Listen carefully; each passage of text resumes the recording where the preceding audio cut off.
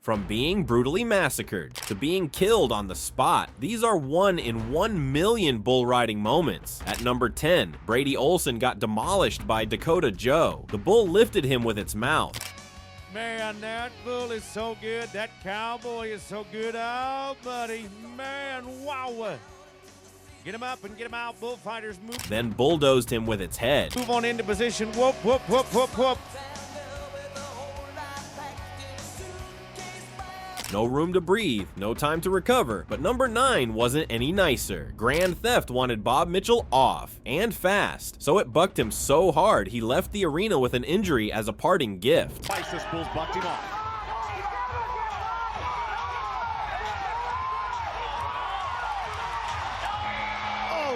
Although that was rough, number 8 took things from bad to worse. Mason Taylor got lifted clean off by Punchy Pete, then ambushed right in the belly on his way down. Gang.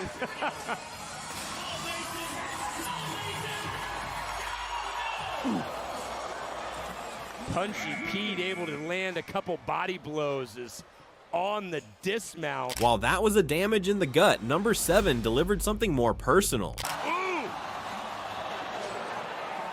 Cooper. Even with a helmet on, Cooper Davis caught a facial from Hotel Gunsel.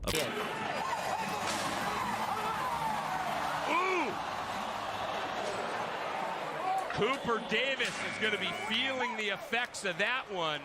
Of course, as brutal as a face hit is, number 6 reminds us that getting hung up might be worse. Briggs Madsen would never forget how Beefcake made him feel during that ride, because once he got stuck, Beefcake tried to mince him into the dirt. Briggs is riding good.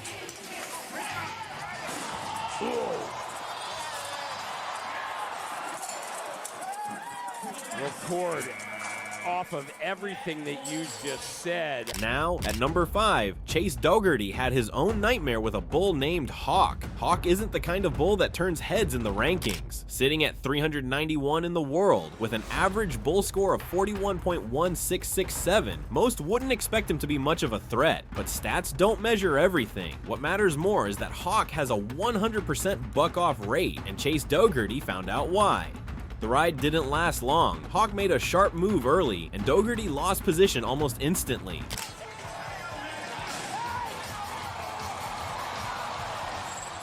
That part was expected. Most riders know they'll get bucked off now and then, and Dougherty figured this would be one of those rides. Quick, clean, over. But just as he hit the ground and rolled to clear the bull's path, Hawk came swinging back. One back leg rose high, and it came down straight onto Dougherty's head. It wasn't a soft tap. The hoof connected hard, and Dougherty just gave a thumbs up, signaling that he was okay. I expected I'd just be bucked off. Seeing that the bull made a turn, I thought I was in the clear. I did not expect that his hooves would reach me. The helmet probably saved him from something worse. Still, the kick rattled him enough that he decided to forego the next ride. In bull riding, it's not always the rank bulls that get you. Sometimes it's the overlooked ones with perfect timing, bad angles, and no hesitation. Hawk may be 391 on paper, but on that night, he was number 1 in damage. But at number 4, Marcus Mast had to deal with Milk Mustache. From the beginning, Mast looked unsure. He was stiff, uneasy. Maybe he thought Milk Mustache would go easy on him. That wasn't the case. These bulls don't feel pity. They don't give second chances. As soon as the chute opened, Milk Mustache spun hard. Mast hung on, trying to ride through it. For a moment, it looked like he might survive the storm, but that moment didn't last. The bull caught him clean with its horn, right in the head. Looks like it only fired him up more. That looked to be gruesome. Bottom line, it is a buck off at 6. Mast hit the ground hard and later marched to the side and kicked the metal gate so loud to vent his anger.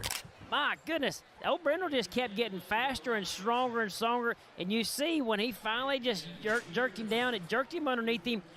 Woo, I'm glad that. Later, the frustration only got worse. I thought the bull might play nice. I held on the best I could, but when it spun, I didn't expect that horn to come for me like that. One second I was thinking I might ride him out. The next my ears were ringing and I couldn't see straight. Doctors told him he had minor injuries. But what stung more was knowing he didn't even get close to the full 8 seconds. And Milk Mustache made sure he remembered it. When Jose Vitor Lemmy faced Am I Blue at number 3, it didn't go the way most of his rides do.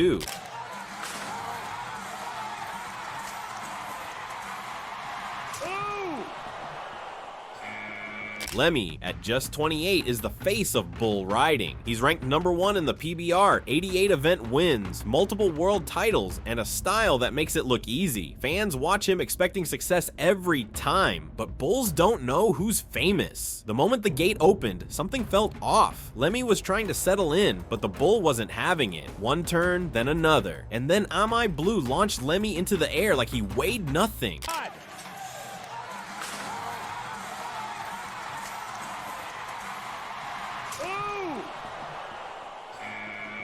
You do not see that every day. And the people that paid for those seats probably spilled something on themselves as the two-time league MVP almost became a brooch.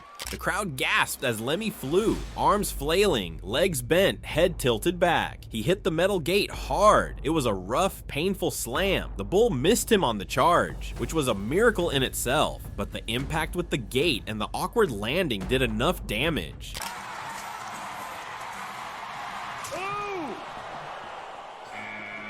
He didn't lie still though. He forced himself up, chest heaving, shaking off the hit. I really thought that fall had my neck. I was lucky it didn't, but that bull, he got me clean. Sometimes it just happens. It was a rare moment, seeing the #1 guy in the world get handled like that. No injuries, but a bruised ego for sure, and a reminder that even the best can hit the dirt fast. But Andre Scaparo going up against Benjamin Franklin was awful at #2. Clock says 4. Ooh! Oh! Scaparo isn't a world champ. He's still working his way up, but he's been around long enough to know what to expect. At least that's what he thought. When he saw Benjamin Franklin in the chute, he figured this one wouldn't be a nightmare. A ride he could manage. Maybe hang on for the 8 or get tossed early and walk away clean. None of that happened. The moment the gate swung open, the bull went straight into a tight spin. In their lineup since July.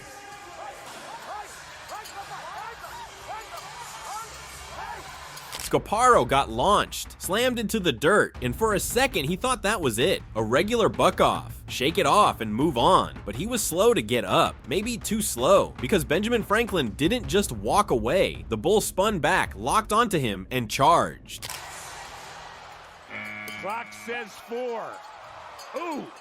Oh, he took a shot at the end. The hit was brutal. First the horn, then the head, straight into Scaparo's face. And when he dropped, the bull added a stomp just to finish the job. Blood started pouring out of his mouth. He finally got help and left the arena with his hand covering his mouth. That got very scary once he was off the back of the bull. I thought the fall was the end of it, he said. Didn't think I'd catch a horn in the face after I hit the ground, but I was too slow. That's all it takes sometimes, a second too long. A bull that doesn't forget, and suddenly the ride's not the worst part. Scaparo's face met the worst of Benjamin Franklin's rage, but at least he was conscious when he left the arena. Clay Guiton didn't have that luxury at #1.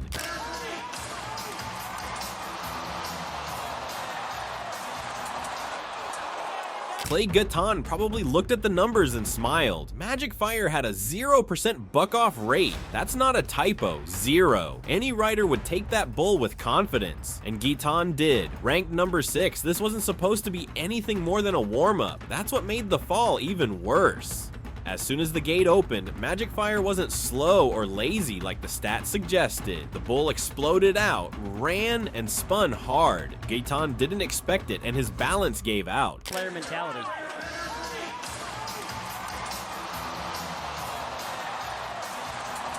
His hand was still caught though, so he didn't fall off. He got slammed. First, his head hit the horn, then he hung on awkwardly. Then came the worst part. Magic Fire's hooves kicked out, and Guiton was thrown straight to the dirt like a sandbag. His body didn't bounce, it just stayed there, still, and that's when the chaos started.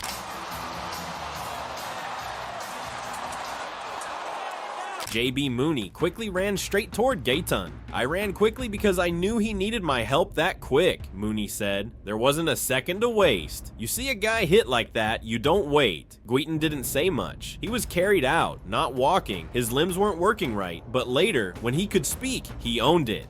My greatest mistake was that I underestimated the bull. I've had this habit of underestimating, and it came back. I'll remember this. Next time, I'm not doing that again. Sometimes the ones you think are easy hit the hardest. Magic Fire didn't buck many off before, but Geaton found out it only takes one. Bull riders getting wrecked by lesser-known bulls turns the ride into a 1 in a million moment because no one sees it coming, and that's exactly what makes it brutal. When a rider steps in thinking it'll be easy and the bull turns the tables, it sticks. It becomes the kind of moment fans replay over and over again, not just for the chaos, but for the reminder, in this sport, no bull is ever truly safe.